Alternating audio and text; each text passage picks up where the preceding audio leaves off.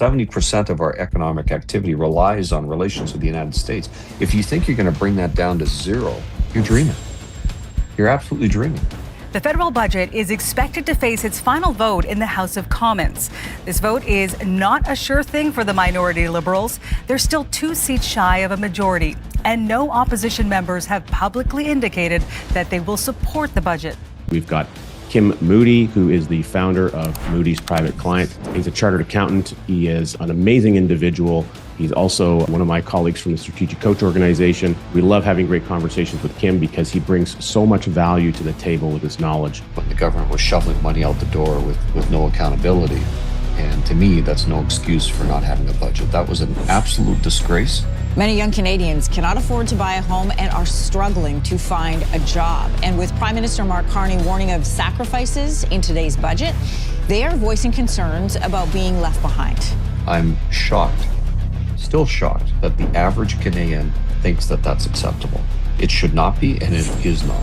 With a federal budget proposing $60 billion in savings and cuts, the government says it has to make tough choices, and that includes reducing the public service. The truth is that Canada exists at the whim of the United States. 40,000 positions are on the chopping block over 5 years. That's total bullshit. So what is the deal with this Canadian federal budget? What's really happening? Is it good? Is it bad? Should we know? Should we understand? What do you know about it? We're going to unpack that a little bit. We are joined by an incredible individual making his second appearance on the program today. We've got Kim Moody, who is the founder of Moody's Private Client. He's a chartered accountant. He is an amazing individual. He's also one of my colleagues from the Strategic Coach organization. We love having great conversations with Kim because he brings so much value to the table with his knowledge. If you haven't done so already, we'd recommend you connect with him on LinkedIn. He does produce a lot of great content on there, and he regularly writes articles for a lot of publications in Canada. So, Kim, welcome back to the program today. Thanks, Richard. Very kind. Appreciate it. Now, I was really excited about having this conversation with you for a number of reasons. Obviously, so many great things that we can talk about, but we have a lot of recent news happening in Canada. Of course, the news cycle is something that never stops. How good or what quality of news maybe is being produced, we could debate that a little bit. Perhaps that's a discussion for another day. Yeah. But specifically around the financial category, last time we had you on was released, I believe, very early in the year of 2025. So here we're getting closer to the end of the year, and we were having our previous discussion prior to the election. So since then, we've had an election. It didn't necessarily go maybe the way that we had anticipated in our previous discussion. And we found ourselves with 8 months of, let's call it uncertainty that's maybe developed since that time frame. So I'd love you to maybe walk us through, number one, why is it we had to wait so long to get a budget? Because that seems a little bit odd on its own from a federal standpoint. And what should Canadians be making of what they've heard about this budget so far? Thanks, Richard. There's lots to unpack there. Why did we have a delayed budget? The stuff that's been put forward by certainly friendly media and friendly people to the government, which I'm certainly not one of them, is that they needed to take their time after an election. They had to assess. That's total bullshit. There's lots of history. Our country was born in 1867, and we've had a budget every single year since 1867. Now, just to be clear, and I put this in my writings about it because I've written about this delayed budget stuff, or quite a few articles in the Financial Post, but we've had a budget every single year since 1867, with the exception of 2020, which was a disgrace in and of itself. 2020, as a reminder, is the COVID year, when the government was shoveling money out the door with no accountability. And to me, that's no excuse for not having a budget. That was an absolute disgrace. And, when you think about our history from 1867, I mean, there's been a lot of disruption. Like you said, the news cycle. Well, the news cycle has been going on since time began, right? It's just the different forms of news that we get now is just relentless, right? Social media, 24-hour news channels, but news happens all the time. And some big events in history have been World War One, that lasted for 4 years. Mhm. That was pretty disruptive, but we had a budget every single year of that. We had the Great Depression, which started in 1929. We had budgets every single year. We had World War II that started in 1939 and ended in 1945. We had budgets every single year of that. We had the Korean War. We had budgets all the way through that too. We had the Cuban Missile Crisis in the early 1960s. We had gas shortages, in 1970, and inflation like crazy. Um, it goes on and on. We had financial crisis, world financial crisis in 2008. Um, Still had a budget. And so, I mean, to use uh, COVID as an excuse to not provide a budget, it was disgrace. Unfortunately, the general public bought it for the most part. Oh man, they're going through a crisis. Shut up, as if. And then you know, and then to marry that up with, wow, we have a new government. We have a new leader. He needs to take his time. That was an absolute disgrace. Some would say that is a crisis in itself there, depending on what side of the fence you might be on. Yeah. Well, we could talk about that for sure. So do I think, it was 567 days since we had a budget. From Astonishing. April 16th, 2024 was the last one. And then November 4th of, just a couple weeks ago. That is an astonishment. It's a disgrace, and it should never happen. And as I wrote about in one of my articles recently, I'm still shocked that the average Canadian thinks that that's acceptable. It should not be, and it is not. So that's kind of my build up to, my short comments on what do I think of a delayed budget. I don't know if you have any comments on that, but I could certainly go into what I think about the budget now if you want. But well, the thing that comes up for me as you rattle off a number of these well-known historical impacts and events that transpired that everyone's familiar about. I mean, granted, I certainly learned about them in various history texts, certainly a great deal in school. I suspect maybe that's not being taught the same degree in school as it maybe once was. But there is in my opinion, some would say, I think a lot of people would agree with me, that in an unprecedented news cycle, world war, global crisis type event, whatever that might look like, however that may present itself in the veil of the news cycle, would indicate a higher need and reason for putting the budget together and releasing it to the general public to create more either confidence or awareness. Because if you don't know what the federal machine is going to be doing or planning to do in some degree, a budget is a plan. Nobody really sticks to the budget. I don't imagine this government will either. But it gives you some varied indication of where they think they're going to be allocating dollars. And so the rest of the world or the nation and its various elements, whether if you're in manufacturing, if you're in the financial services business, if you're in whatever format of business you're in, you now can start to plan effectively to some degree relative to what that document says.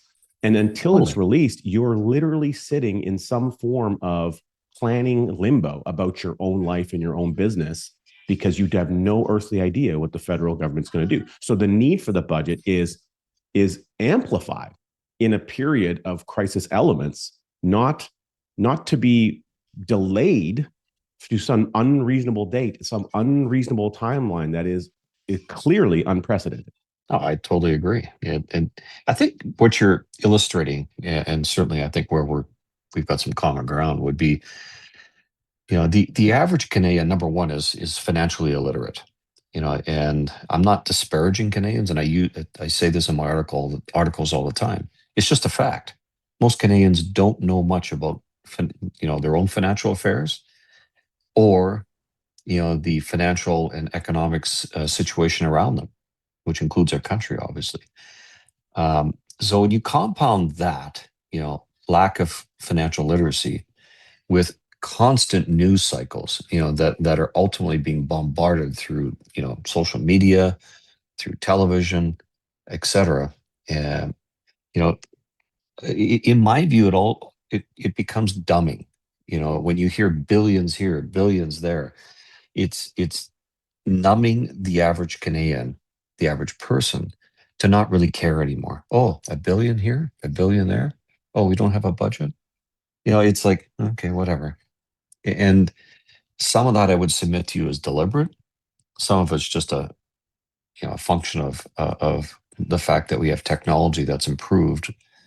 One might debate whether it's an improvement or not, but we certainly have information being thrown at us at a much rapid pace. And so I think, there's a lot of technology in my view that is just not good to help with advancement of financial literacy. And this is one of them, in my view, social media. There's a lot of people sometimes struggle with sleep, and so they sell white noise machines, or they I've have heard that. apps that produce white noise, and a lot of times people do that because it helps them sleep. And so if that is a product that you can buy, a service that you can pay for, if it's being produced, people actually develop and get, like, someone came up with the idea, oh, I'm gonna record white noise and then release it in some degree. Like, you used to be able to buy CDs that were white noise. So this has been going on for a while. It has, Well, we are kind of in that boiled frog situation where all of that, throwing down $1 billion or $1 trillion as a number has become and developed into some measure of white noise. And white noise tends to put people to sleep. And the whole idea of white noise is that it's some background element that you literally train your brain almost not to pay attention to. And so it's not like a car alarm that causes alarm and distraction. But if every time that the word billion was thrown around in a government sense in a budget, or trillion, it raised literally the alarm bell sound on the news cycle or on your television or on your phone app, and you had an alarm that went off. Like, you get these emergency alerts when there's a tornado warning coming out. Well, imagine you got the emergency alert when it says that the government was about to spend $1 trillion of your taxpayer dollars on something that didn't matter to you. That should send you some kind of an alert notification. And if that was the world that we lived in, maybe people would pay attention a little bit differently. Okay, so you want to keep the wealth in the family. I get it. I hear you. Me too. That's why we wrote this book, Don't Spread the Wealth. Everyone tells you that you want to spread the money, spread the wealth around. No. You don't want to do that. You want to keep the money in the family with the people you love and care about, where it belongs, for as many generations as possible. That's what we talk about in this book. In this book, we have an incredible 15-page bonus you can download, which instructs you on how to start the conversation with your family on annual family banking meetings, how to host them, some sample exercises, and a sample agenda. Tons of amazing, great benefits. Go ahead, get a copy right now. Head on over to Don't Spread Wealth. That's don'tspreadwealth.com. Don'tspreadwealth.com. You're going to love it. Agree, but all you need to do is go to the television, which I don't do anymore. I just have stopped watching television news for probably good 15 years now, because the quality is so ridiculous, and it's propaganda and opinion more than fact. But how many people are glued to the bottom screen where it says breaking news, and the breaking news is, Prince Harry stubbed his toe or whatever. I'm making shit up here, but what's breaking news now? The threshold is so low, and it's so ridiculous, and the advertisers and the media are really trying hard to get that attention. And so, of course, everything is breaking news.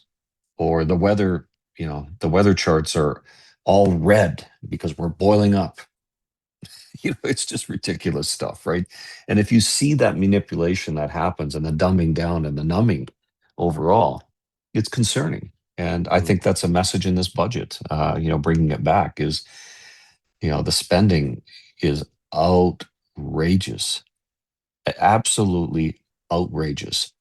And all the other stuff that's in there, who cares? It's in my view, it's, as I said in one of my articles, I used, the old Clint Eastwood movie, The Good, the Bad, and the Ugly. There's some good in there. They eliminated the underused housing tax. Good, because it had to go. They eliminated parts of the luxury tax, except they kept it for automobiles for some stupid reason. That's good. But it's all that good is overtaken by this outrageous spending, which is going to be a burden on your kids, on my kids, and our grandchildren, and their kids. And that to me is almost unforgivable. And there's a multitude of ways that burden may present itself. There is obviously the impact of increasing debt loads that fundamentally every Canadian citizen has some share of. And whether we're talking to, of course, our Canadian friends or our friends down south who have their own unique challenges and problems, Yeah. we're all saddled in North America with some measure of monstrous overspent debt that no one really particularly agreed to. Europe is the same way. And we're in a position where the piper is going to have to be paid.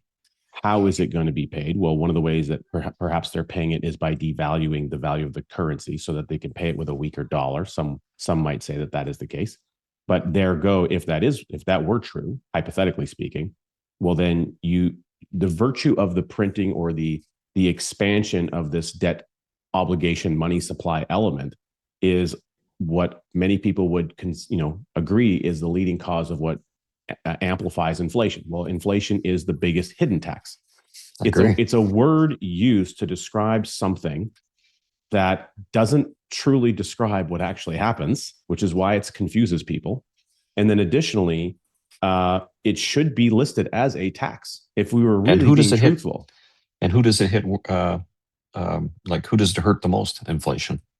It hurts the low to middle class, and it hurts the consumer, and the degree to which all elements of your buying is completely eroded. There's no impact, no value in being a saver anymore, because by having savings, the savings is being eroded by the virtue of government decisions and the combination of I would call it the cartel between the government cartel and the banking cartel that seem to work hand in hand with one another in relation to how money is doled out into the system.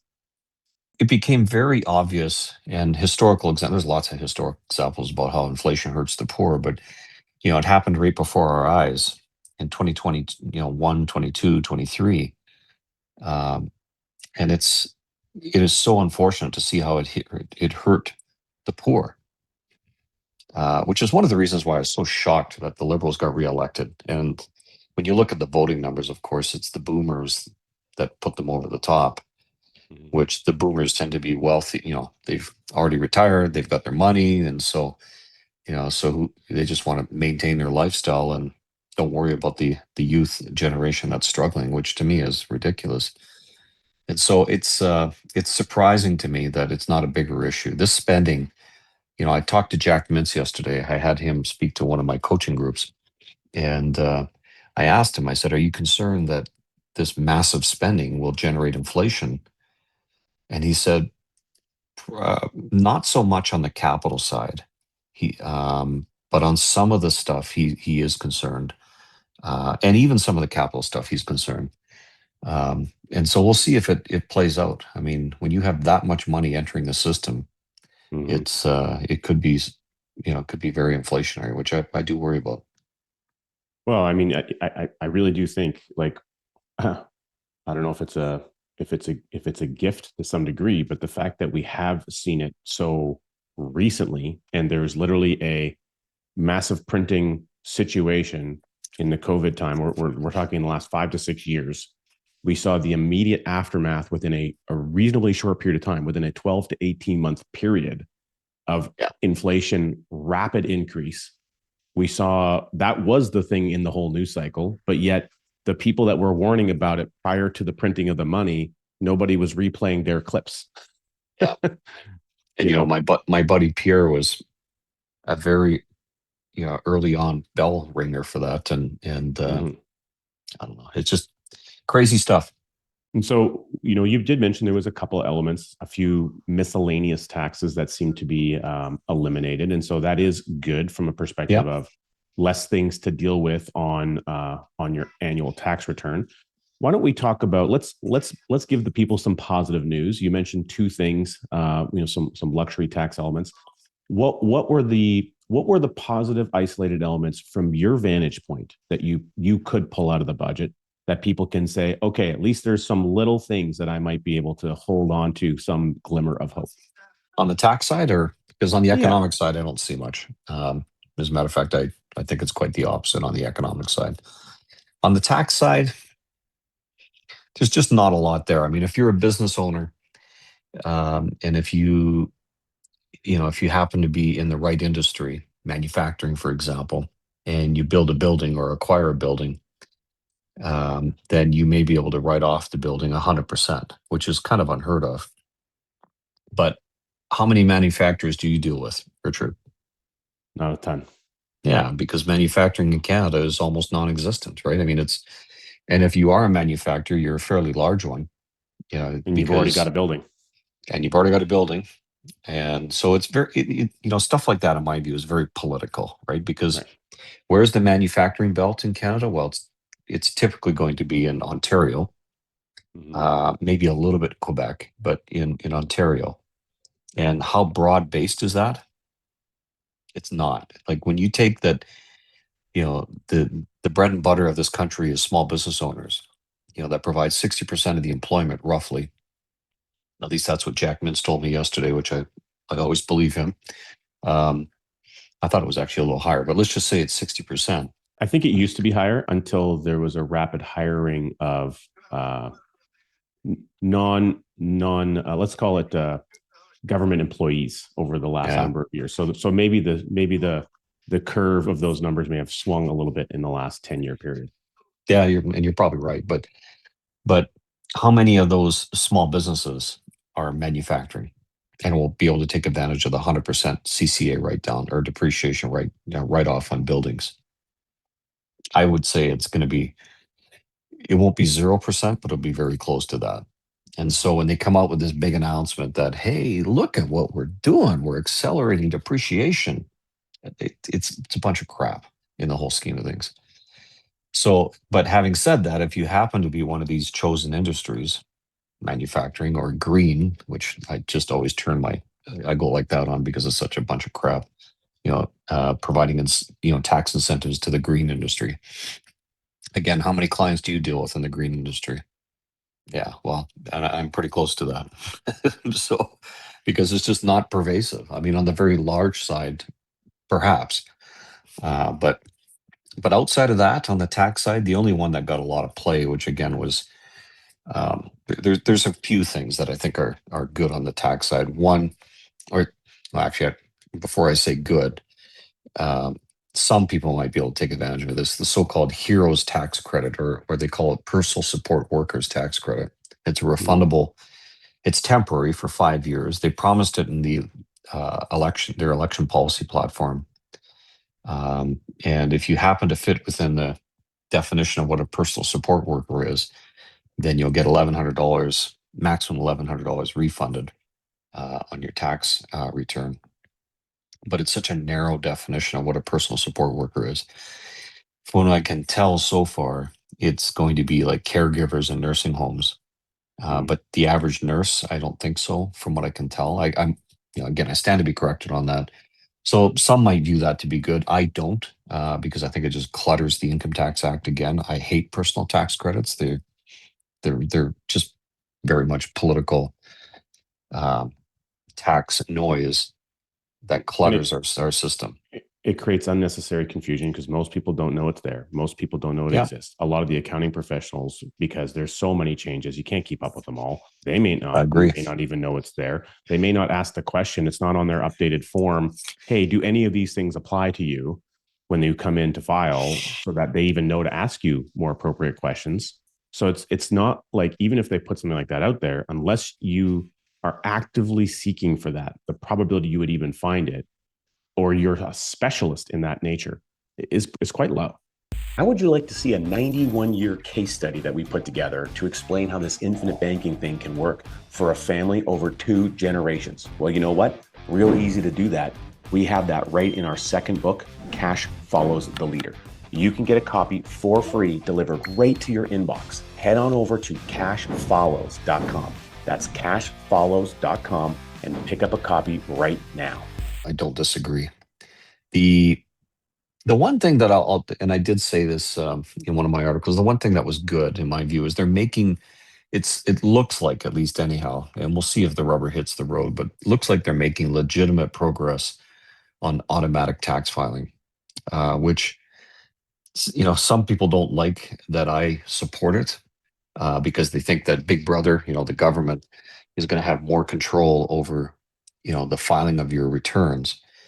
There's other countries in the world that, like, for example, the UK, if they have all the information, like information slips about your income, well, they'll prepare the tax return for you. You have the ability to review it and approve it.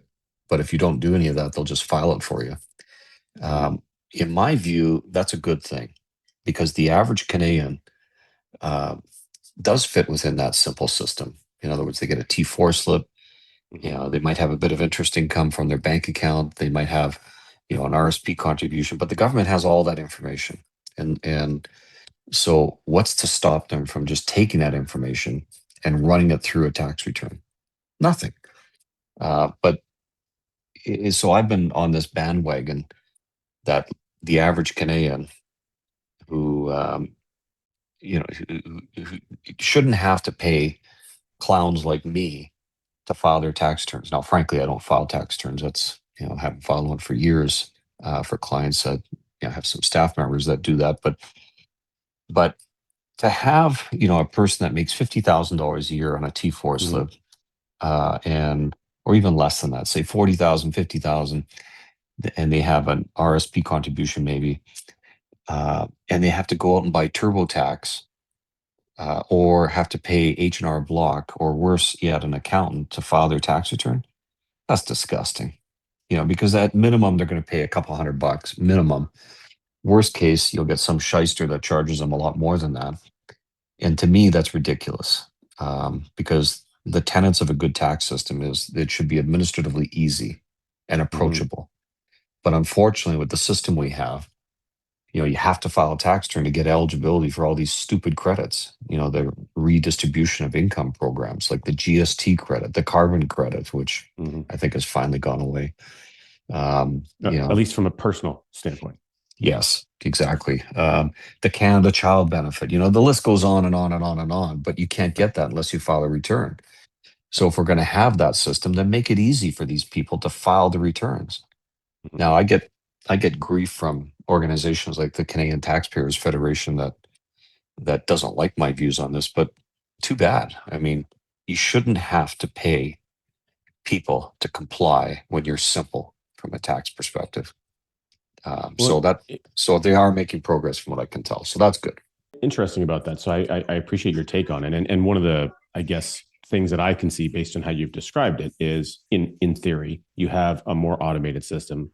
Well, that automated system doesn't require a bunch of human beings working at Canada Revenue Agency to now administer all this pencil pushing and paperwork. Exactly. So in theory, now I say in theory because generally speaking, when a governing body increases in size, it does not contract very often.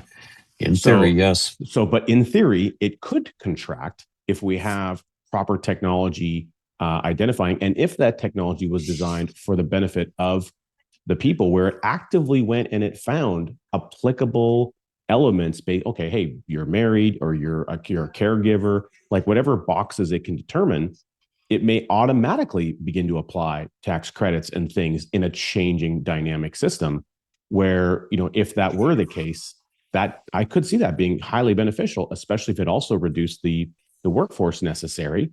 So, because hey, there are people doing fraudulent activities, and there should be people who can go chase after those fraudulent activities. I think that there should be a measure of that takes place. That does exist. I would disagree maybe with the size of the workforce out there doing that, and who they're actually chasing, because they're chasing not the people who are hard to go after. They're chasing the people who are easy to go after, which is everyday Canadians. And so it's a lot easier to get $1,000 or $2,000 from 10 million people than it is to get $10 million from one person. To some degree, like when you're putting, someone who owes $10 million because of a fraud situation, they probably are really good at hiding it. So you need a lot more energy and effort to try to go track and figure that out and put a case together. And it might just be easier to just try to get it from everyone else. And that is not ideal. So if everyone in your description, the bulk of, Canadians employed individual, they got a simple tax return, they save a couple $100 a year. You could look at that as a tax savings in itself, because they're saving the tax effort and the cost of what they need to file the tax, although it's not a direct tax savings. And maybe there's some potential where it just simplifies their life. I could see the absolute benefit of that. I could also see the degree that, Big Brother. I'm not a big fan of Big Brother either, and I think everyone should read the book 1984. Apparently, it's been flying off the shelves in the last number of years. But I think there's a degree to have a healthy skepticism over that, because for sure. While the intention might be good, the intent in the hands of the wrong people, where you have a changing guard every number of years, you might have a system in place, but then the guard looking after the system changes, and now how do they utilize that system? I think there's some degree of concern that could exist there for sure. Yeah, I don't share your views too much on that last point. The rest of it I do. Because at the end of the day, right now, the government is the gatekeeper of that information they already have. So if they just take that information and put it into a tax return, assuming that it's a proper tax return, I don't see the mischief. Yeah, I mean, they have the information. It's right. You're talking about information that they have in place already, which makes a lot of sense. I mean, it's not like they're they've had it for new. Ever since income tax has been around, right? You have to file these information slips, and they've got it. So that's the part that I disagree with the Canadian Taxpayers Federation and the last comment that you made, right? Now, having said that, do I think that there should be a healthy dose of skepticism whenever the government does something for you? Yes, I do. I do. But on something like this, they've already got the technology. They know how to process tax returns. They do millions of them a year. And so to me, to take out the non-productive side of society, which is, charging taxpayers who are pretty modest means, $200 or more to do their tax returns, I think is very non-productive and could be done better. So there's my little rant. I do think that's a positive thing that's coming out of the government budget. I would say the rest of it is pretty ridiculous. We want you to understand the 5 strategies that you can use to reduce taxes now and in the future.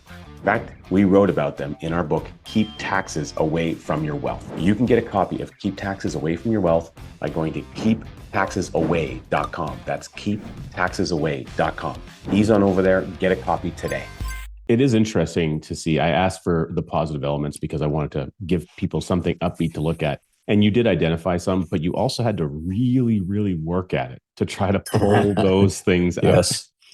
That should tell everyone listening, you've been doing this for a long time. You've been seeing and looking at reviewing budgets. You've been writing articles on them for years and years. So this isn't something new. What is new is what's in the budget. And, we have to formulate an opinion about it, and we can use some facts to do that. And we can use our personal experience to do it. My personal experience is not in your unique ability in the realm of tax and legal knowledge base that you have. So that's one of the reasons why we have you on the program. If we go back to the budget and we think about, I'm just curious from your vantage point, let's walk through what are some of the future possibilities based on what you see in the budget. Where do you see this? Where would you want Canadians listening in to be aware of in how this budget might impact their lives? And other than the inflation that we've discussed, I think we've already hit that bullet point. Where's the other areas that you see them where they should be really aware and cognizant if they were starting to ask better questions? Well, I think it goes back to the economics, and I put this in my writings, and I'll continue to write about this. But when you have debt that accumulates in our country, and you mentioned one way to pay that is devaluing the currency. And, I actually could have put that alternative in one of my articles, which I didn't. But there's really only 2 ways to deal with that debt, right? One, increase revenues for the government, which means increase taxes. And 2 is austerity measures, which means cut expenses like crazy so that you have more money in order to pay down the debt.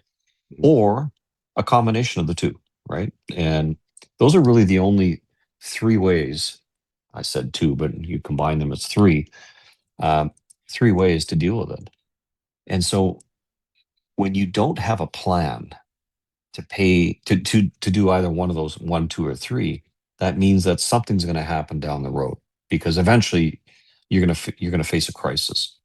We faced a crisis when you were a youngster back in 1994, I think it was, or 95, when we had a debt crisis. Mhm. And Chrétien had to deal with that. And so ultimately there was significant austerity measures and there was tax cuts put in place. And it was actually an interesting time. But ultimately the crisis went away because we dealt with a plan to deal with that accumulated debt or that growing debt. And I can see that we're going to have to deal with, I could see that coming. I already see some people ringing that alarm bell. And what's interesting is some of those people that are ringing that alarm bell are getting dismissed. Oh, you're just an alarmist. You're just an alarmist, which, is so typical in today's environment, right? There's a reason that people have alarms. Yeah, I agree.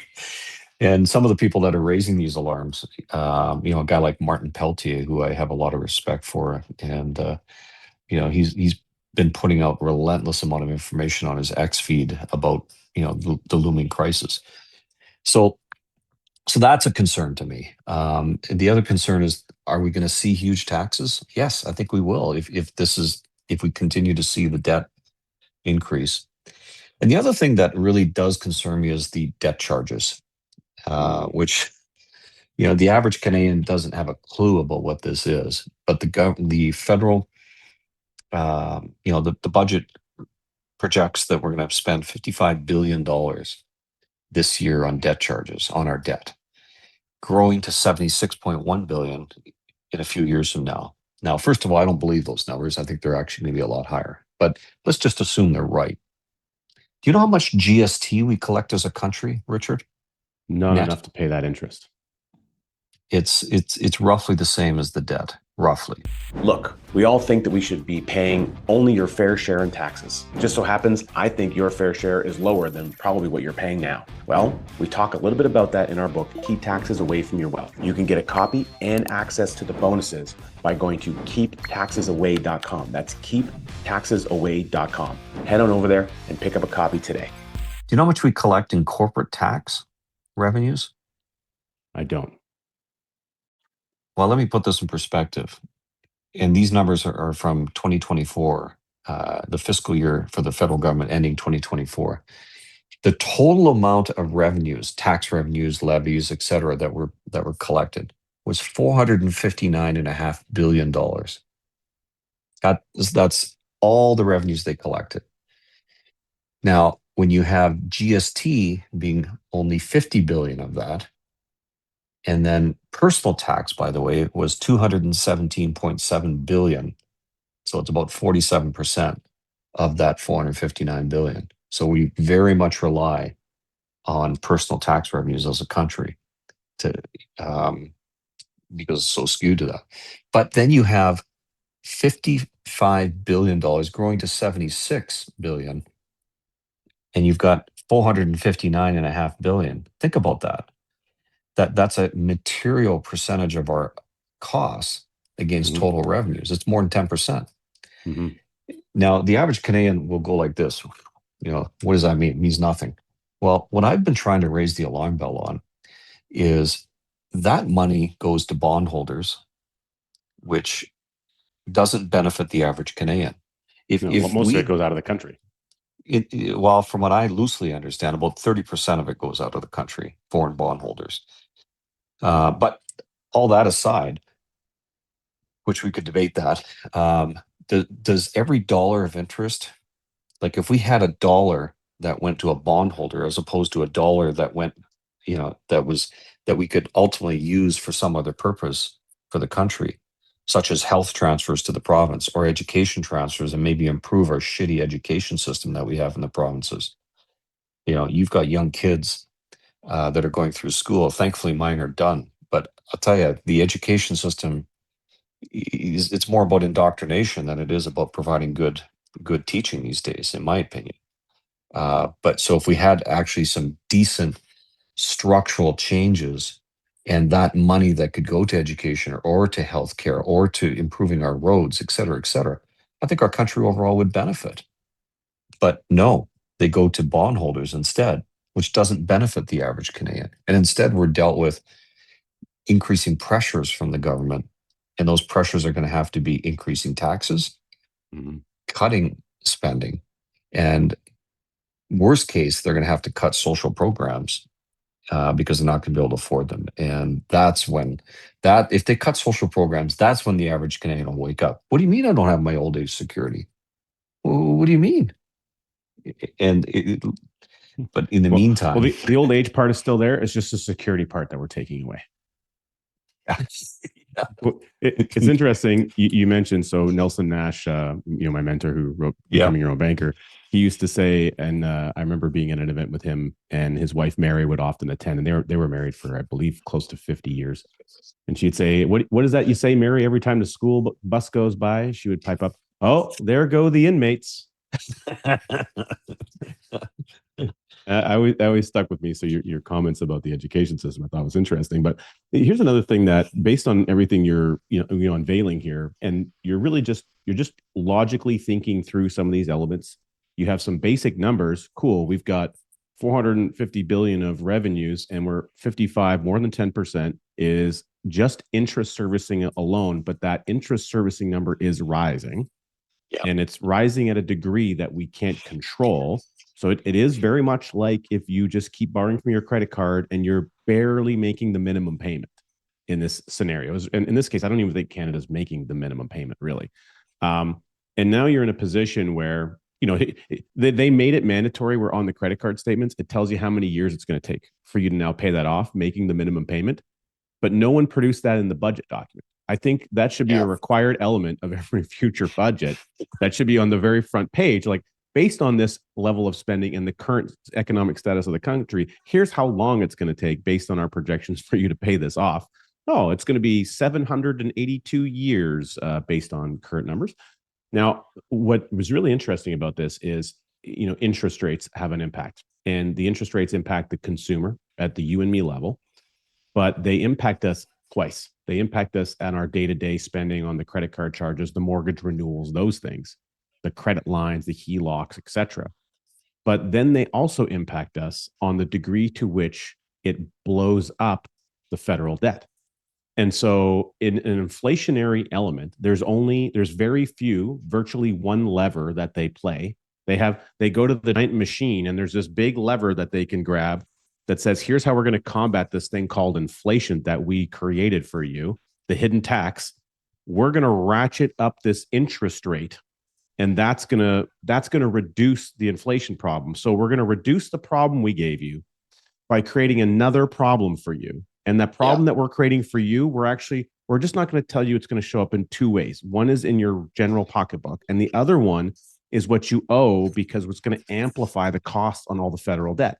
Well, if you go up a couple of basis points or a full percentage point, and you do that on the degree and the volume of debt that we have, you go from a $55 billion interest number to a $100 billion interest number in a nanosecond. I agree.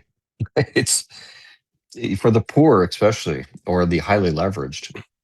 It's a double-edged sword, right? I mean, and this budget is not going to do anything to help that situation out. It is bleak, as they say. But when when you go into the doctor and you have a real medical challenge, and you want them to tell you, if you've got gangrene, that you're going to lose the arm. Yeah. You don't want them to say, "Oh no, it's fine. We'll put a Band-Aid on it. We'll put some iodine. We'll throw some antibiotics at it. You'll be fine." You want the doctor to walk in and say, "Hey, I've got some bad news for you. Everything's going to be okay, except for the fact that we got to lose the hand. And once we do that, everything's going to be okay. You're going to go through some pain. You're going to go through some retraining, but you're going to be here and you're going to be around a long time." Yeah. You want someone to come and tell it to you straight. And so I guess to some degree, Kim, that's why I asked you to be on the program today. I wanted you to come in and tell us that we've got gangrene in the country with the budget, and maybe we need to lose a hand or two somehow to fix it. My personal opinion is that it's still at a situation, and I'm not an economist. I mean, I'm no dummy when it comes to studying economics, and I've studied it a lot, and I continue to. But do I think we're at the point of no return? I think no. I think if we had the political will and the policy will, I think we could turn this engine around, this train around is what I meant to say. But unfortunately, it's not going to happen with this government. You've got a lot of big promises. You've got, oh, he's such a wonderful, smart businessman with no business experience. And frankly, his track record as an economist is iffy at best. And so I don't see it happening with this government. And so then that leads to, will we see a government change? Well, that's up to the voters, right? And when you have a financially illiterate voter base, and looking at how they voted in a new government, I'm not all that optimistic. But I think with people like you, people like me that keep, being blunt and saying that this is not acceptable, then great. Just as we were chatting, I see the parliamentary budget officer released a report on the budget. So, after we finish this, I'm going to go and take a look and see what he says. But Well, my editor for the Financial Post, it just flashed on my screen here. It said, "Hey, you need to write about this." Okay, so I know what my next. I mean, I haven't even read what, because we've been chatting, but I suspect it's pretty blunt. And as you probably already know, the government wants to release and replace this parliamentary budget officer because he is too blunt. So I'm sure this guy's getting in his final 2 cents before he's fired. well, he's, heaven forbid he should actually do his job, which is, identify where problems exist. And so kudos to him for stepping out to do that, because I don't imagine that it was easy for him to, indicate some of the things that he's indicated, because I'm sure he was well aware it might put his position at risk. Yeah, but good. I admire people like that, right? When you say something at the risk, of sacrificing your own advancement, there's a word for that, and the word to me is courage. And I think what we need as a country is a lot more people to take courage, or, have the courage to make the right decisions. And unfortunately, we don't have that with this current government. We have a lot of usual politics and pacifying to people that are going to preserve their power and their votes. And it'd be nice for once, and I know it's wishful thinking, to just see decisions that are being made for the betterment of Canada as a whole. Look, we want your family to have more money. That's our goal. That's our job. At Wealth on Main Street, our goal is to have you keep as much of that hard-earned capital where it belongs, with the people you love and care about. Easy way to do that, pick up a copy of this book, Don't Spread the Wealth. This book is all about keeping the money in the family. Think of it like an aquarium. The money never leaves, and you can use it and reuse it as many times as possible. Go ahead and pick up a copy today at don'tspreadwealth.com. Absolutely. Well, Kim, this was a ton of fun. You obviously have some writing to do. You've got some new homework that's landed on your desk based on our conversation. Really appreciate having you back on the program again. I'd love to, of course, as the news cycle develops, I'm sure something else will come out of the woodwork, and we'll want to request having you back on to share your well thought out and knowledgeable opinions on it. And for everyone watching, make sure you connect and tune in to all the amazing posts and articles that Kim produces, posts on LinkedIn. He's quite prolific there. I get value out of it every time I see it. And so that's one of the reasons we've requested to have him back on the program today. He is a well sought after in his knowledge base, especially when it comes to how long he's been helping clients in his boutique, but yet quite expansive tax firm. And there's an awful lot that you're doing. And the last time we had you here, we talked about the exit. This might be the final discussion point here before we let you go. The exit of dollars and clients that you'd seen, where you were producing a vastly high volume of exit tax returns for people leaving the country. Given the conversation we had at the beginning of the year in 2025, seeing how the election results have gone, seeing how this budget has gone, what are you hearing through the woodwork, whether it's in your own firm or through other professionals, about that particular element? Oh, it's still continuing. I mean, I get calls weekly. As we chatted during this podcast, I had a number of notifications show up about new meeting requests to leave Canada, and so I've got some calls to make to see whether or not those are real. And but I'm active files right now that I'm working on for leaving Canada is probably about a dozen, and the wealth associated with that is massive. And when I say a dozen, I mean just me personally. That doesn't include not the your people whole firm, just people No. that you personally are working with of clients. Yes. Now, there's a fellow down the hall here, one of my colleagues and partners who, he handles a great deal more volume than I do, and when it comes to this, and so it's continuing. It's sad. I had a chat yesterday with um, with somebody from the Fraser Institute, because they published uh, how much capital has left Canada, and I think the number was something like $450 billion within The equivalent amount that we need, that one full year's worth of government revenue from the Right. entire nation's tax base has left the nation, never to be seen again. Yeah, that's a good point. I didn't even think of that, but It's not a small number. I didn't even put two and two together on that. That's a good point. But I asked this fellow, I said, where did you guys get these numbers? Like, is it all from Statistics Canada, or did you have other sources? Because I'm curious, if you took some extrapolations on, for example, the files that people like me are working on. And so I talked to him about this very matter. And I said that, the numbers that we've seen through our firm have been certainly well into the billions of dollars, big time. And he goes, no, no, no, we don't capture any of that. And so to me, that number is a very conservative number. And it's likely a lot higher because the private wealth that's leaving is huge. And the opportunity cost is even worse, right? I mean, how much are we not receiving as a result of poor policy? Well, you A ton. had indicated that I think approximately 40% of the total government revenue source comes from, basically T4 employees, employee Yeah. individuals, the personal tax base. And Yes, it's 47.7%. if we consider that, well, the only way that 47.7% can exist is if those people are gainfully employed. So if Or you have take, assets in Canada, right? That generates investment income. exactly, but if you take, out of that, the degree to that 47% that is based on investment income taxes is probably It's a small. it's low. fraction. Yeah. It's maybe 10% of that entire number. I And did so, have that number. I just can't remember off the top of my head. But certainly a good chunk of that, 217.7 billion is T4 type income. T4 Inc. And so now, granted, you have the business owner that's paying themselves a T4 income as well, et cetera.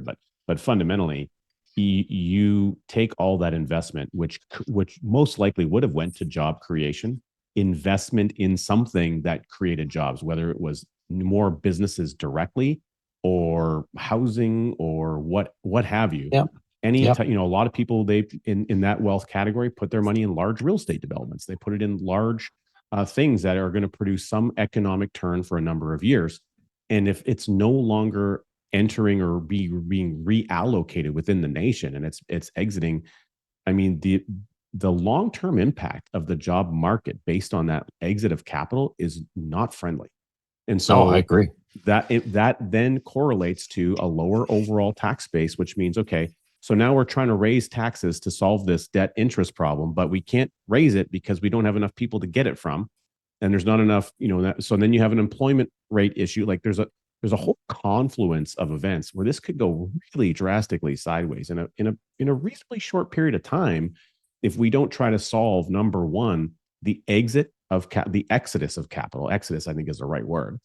Yeah. And find a way to have it reinvested or applied to things that can help our overall economic machine grow.